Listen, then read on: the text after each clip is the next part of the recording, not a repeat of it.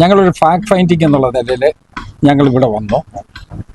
ഇവിടെ വരുമ്പോൾ കൽപ്പറ്റയിൽ എത്തുമ്പോൾ ആദ്യം ഈ ഭവനത്തിൽ വരണം എന്നുള്ളതായിരുന്നു ഞങ്ങളുടെ ഇൻറ്റൻഷൻ. അതനുസരിച്ച് ഞങ്ങൾ എല്ലാവരും കൂടി ഇവിടെ വന്ന് കണ്ടു. ഞങ്ങൾ അവർ പറയാനുള്ളതെല്ലാം ശാന്തമായിട്ട് കേട്ടു. അവർക്ക് ഞങ്ങളോട് പറയാനുള്ള കാര്യങ്ങൾ കേട്ടു. ഞങ്ങൾ ഇതിനകത്ത് ഒരു സൊല്യൂഷൻ ഉണ്ടാകും എന്നുള്ള പ്രതീക്ഷയിലാണ് ഇരിക്കുന്നത്. അങ്ങനെ ഞങ്ങൾ മുന്നോട്ട് പോകുന്നതാണ്. ഇത് മാത്രമേ ഞങ്ങൾക്ക് പറയാം. എല്ലാ കാര്യത്തിനും പരിഹാരം ഉണ്ടാകും എന്ന് പറഞ്ഞാൽ പിന്നെ അജണ്ടയിൽ 1, 2, 3 എന്ന് പറയേണ്ട കാര്യമില്ല. ഞങ്ങൾ എല്ലാ കാര്യത്തിനും ഒരു പരിഹാരം ഉണ്ടാക്കുന്നതിനെ കുറിച്ചാണ് ആലോചിക്കുന്നത്. പക്ഷെ ഞങ്ങളുടെ തലത്തിൽ മാത്രം അത് പറഞ്ഞാൽ പോരാ, ചില തലങ്ങളിൽ കൂടി ഞങ്ങൾക്ക് ആലോചിക്കേണ്ടി വരും.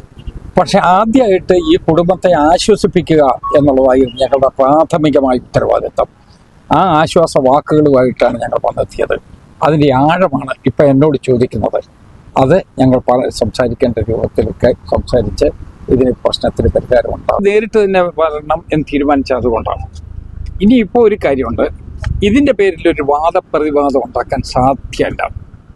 ഇതിനെക്കുറിച്ച് പരസ്യമായ പ്രസ്താവന പാർട്ടി പ്രവർത്തകരുടെ ഭാഗത്തുനിന്നുണ്ടാകരുത്, പാർട്ടിയെ സ്നേഹിക്കുന്നവരുടെ ഭാഗത്തുനിന്ന് ഉണ്ടാക്കരുത്. ഞങ്ങളൊരു പാർട്ടി എന്നുള്ളതിൻ്റെ ഒരു തീരുമാനം എടുത്തു. അതിൻ്റെ അടിസ്ഥാനത്തെ കമ്മിറ്റി വെച്ചു.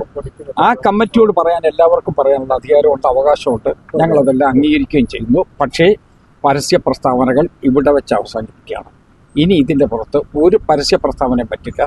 വീട്ടുകാരുടെ വിഷമങ്ങളുള്ളത് അത് വേറെ. അതിപ്പോൾ സംസാരിച്ച് നിങ്ങൾ തന്നെ കേട്ടതാണ്. ആ പ്രശ്നമൊക്കെ അവളിത് വേറെ രൂപത്തിൽ തരും.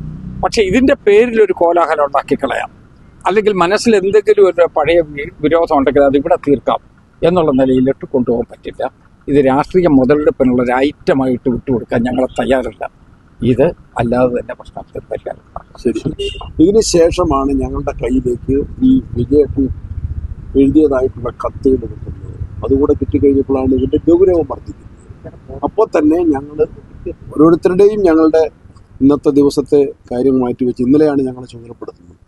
ഇന്ന് തന്നെ തിരുവഞ്ചൂർ രാധാകൃഷ്ണനും കോട്ടയത്ത് നിന്നെത്തി, പ്രതാപൻ തൃശ്ശൂരിൽ നിന്നെത്തി, ഞങ്ങളെല്ലാവരും എത്തി. ഗൗരവ ബുദ്ധിയായി ഈ വീട്ടിലേക്ക് വന്ന് ഇവരുമായിട്ട് കുറേ നേരം ഒരു അരമണിക്കൂറോളം സംസാരിച്ചു. അവരുടെ ദുഃഖത്തിൽ പങ്കുചേർന്നു. അവരുടെ പ്രയാസം എന്തെന്ന് ഏതാണ്ട് മനസ്സിലാക്കി. ഇനി ഞങ്ങളും നേതൃത്വത്തെ ഈ കാര്യം അറിയിക്കും. ഇന്ത്യയിലെ കോൺഗ്രസ്, ഇത് പ്രത്യേകിച്ച് ഇത് പ്രിയങ്കാ ഗാന്ധി ഉൾക്കൊള്ളുന്ന ഒരു നിയോജകമണ്ഡലം.